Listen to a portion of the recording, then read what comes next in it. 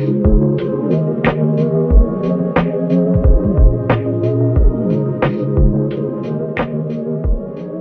are here with Miranda Tibbling at Oslo Movement Gathering, the biggest parkour event in the world right now. I think that's pretty clear, right? And I might embarrass you by saying this, but you are, I think, statistically the most dominant competitive parkour athlete ever, actually. So it's a pleasure to have you on. I really appreciate it.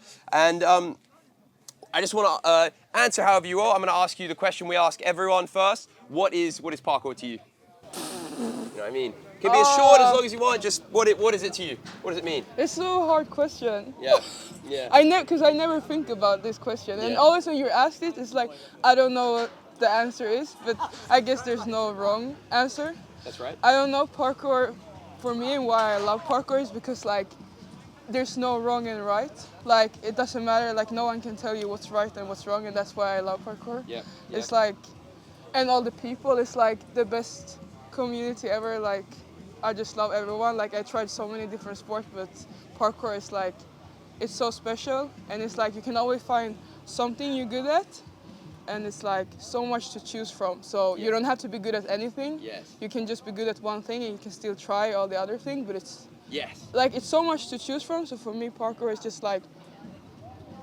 everything. Like I don't know what's parkour anymore. It's like such a big discussion now too. I agree, but what's parkour and what's not parkour, and it's like yes.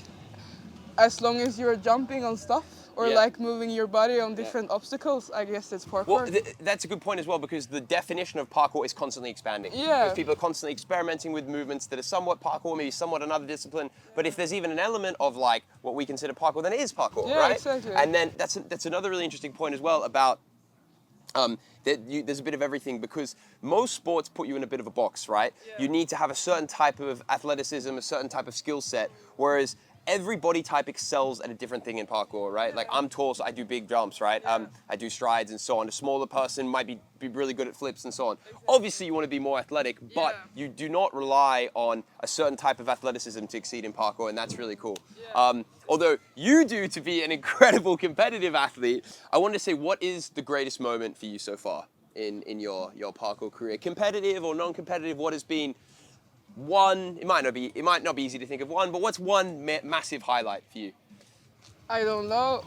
Yeah, It's hard to think, yeah, isn't it? Because it's always on to choose. the next thing, on to the next thing, on to the next thing. You never really think back, at least not until you're maybe a lot older. But yeah. But I feel like it's so many things, so it's hard to choose one. But like the first time I won a competition, that was like Which crazy. one was that? It was a big comp. It was speed. Okay. But it was like the first competition I won, and I've done parkour for like 6 years and never won like anything. So that was like very special, but also like manpower. Because I'm scared of heights. Yeah. So for me to do manpower was so hard, like mentally, because I couldn't even stand on the edge. Like I'm so afraid of heights. So that was definitely like. I remember watching the video of you doing that, the famous manpower gap in Paris, and then the emotional payoff after you did it. I was so happy. You could tell what it meant to you, right? Because Yeah. that jump, it's different for everyone, right? Yeah. Some people, if they do train a lot of drops, go there and they find it not too hard. But for some people, it's this massive break, just mentally, right? Yeah. Physically, for you, maybe it wasn't the It hardest wasn't thing. hard, no, physically, but mentally, yeah. Because you hadn't trained many things like that, right? No, I don't do roof gaps. I don't do like drops. So it was like very. I never done this kind of jump before, so it was like. It made it like so much easier to do like other stuff after that. Yeah, it the was progression. like a mental barrier, yeah. But then the payoff must have been great, right? Yeah, The I was so happy. I was like, I don't have to do anything the rest of the trip if I don't want to. You're still gonna be Yeah. content. Yeah. I mean, that feeling. That's why I do parkour. That feeling. It's just like It's the best because you can't compare that to a competition.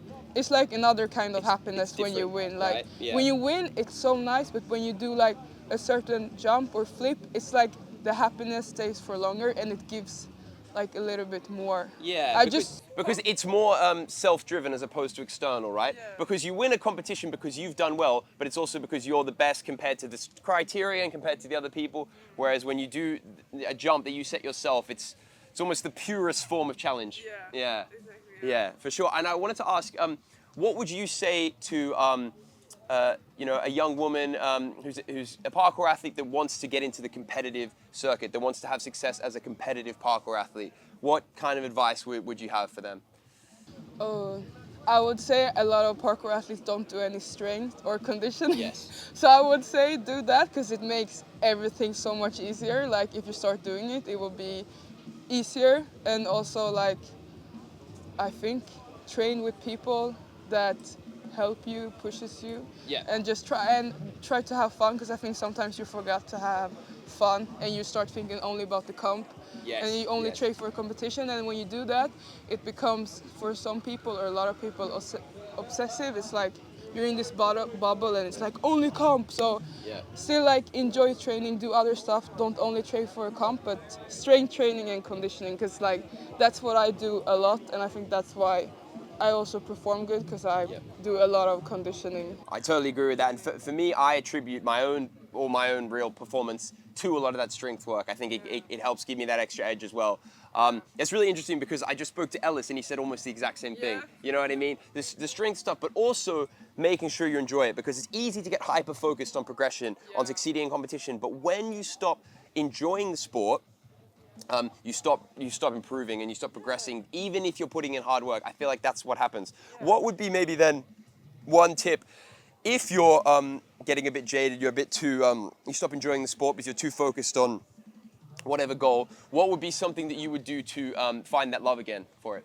That's a good question because I struggled with it recently. Okay. Like so, for me, like too much focus on competition, and I start to question like why do I do parkour? And then I ask myself that like why? Okay. Why do I do parkour? So why do you do parkour? Yeah, why did I start? Did I start because I want to win? And like, does it matter if I win? Did I care? It's like no, I started because I love to learn new things, and then it's like that's the thing for me. Like I like to learn new stuff. So that's what I did instead. Like, yeah, I want to learn something new. So I was like, okay, every training, I'm gonna try to do something new. It doesn't have to be super hard, but just like try, cause there's that for me like extra happiness when you learn something new, even if it's easy. It's like it gives you self-confidence boost, and then you want to learn even more stuff, and then it's like. Yeah, exactly. Yeah, then it's like a snowball effect, right? Yeah, because there's the sense of achievement of doing something on the street, the sense of achievement of like, and the external gratification of winning a competition. But then there's also the feeling of learning something new and that progression, you know. And it's good to have a balance. And some people like one more than another. But if you're feeling jaded or like you're feeling it like it's getting you down, focusing too much on one. Yeah, do something different for sure. Yeah, and don't compare yourself to other people. Like easier said than done. so much easier said than done. I do that all the time, so I'm not. But you should never do it.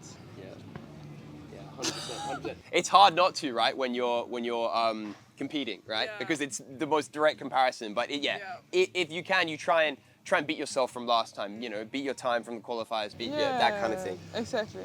So I wanted to ask as well about your injury and how the recovery is going because you've gone through a pretty major injury, haven't you, recently? Yeah, or like I had a weird. Yeah, last year in August, one day before I spell, I hurt my knee. For the third time. Oh wow. And the same knee and the same thing. So I had that surgery. And then I stressed back the comeback for the World Championships. So it was too fast recovery. You pushed it a bit too fast. I pushed it too fast, and then now it's taking longer time, and then it led to me hurting myself more. So I had like so much injuries, and it's just like too much. So right now I'm training less, but I'm still like progressing. Like I'm trying to teach myself how to train less and still have the same amount of fun, but it's hard in the head because I want to progress more. But right now, like recovery is going good because I get more help now. I have like a physio that's and like so many people that I do test every other month to see like what's wrong and what I should do and like. Sounds like you're taking it seriously, like a professional athlete, as you should. You know what I mean? Like first time in my life, I'm like trying to listen to my body for real. Because you always say like, yeah, I rest and then like blah, blah, blah, blah. But now it's like... Do you really? Yeah. Yeah, do you really know? And now I'm like, I don't have to do every competition. I don't have to go to every jam.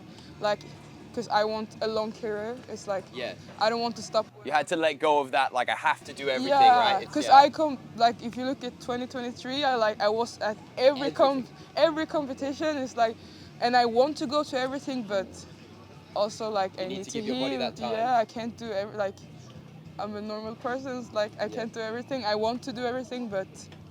And so I noticed it as well because I've been a big fan of yours for a long time. And around that 2023 time, there was a time where you were not just winning, but beating the second place by like 6 seconds in speed and dominating. Yeah. But recently things have been a lot closer, and that is obviously because of your injury and not giving yourself the recovery time and so on. So it's good that you've acknowledged that and you make the adjustments. 100%. Yeah, because like I'm not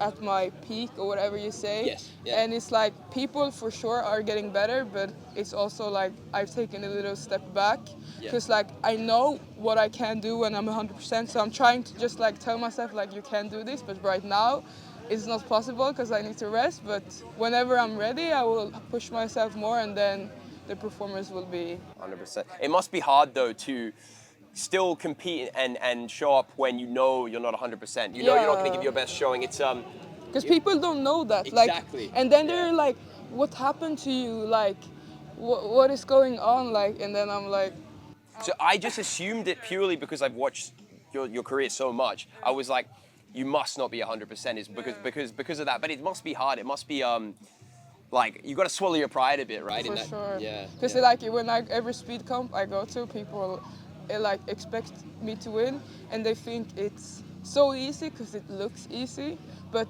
in my head it's like so much going on in my head because like especially with speed it's like you need to let go and just don't think about anything. With style you can still like be in the moment, but with speed it's almost like you have to be able to turn off. It's all muscle memory. Yeah. I remember competing in speed a couple of times and I was thinking about something else because you're so rehearsed, you don't even think. No, it's just like you just run.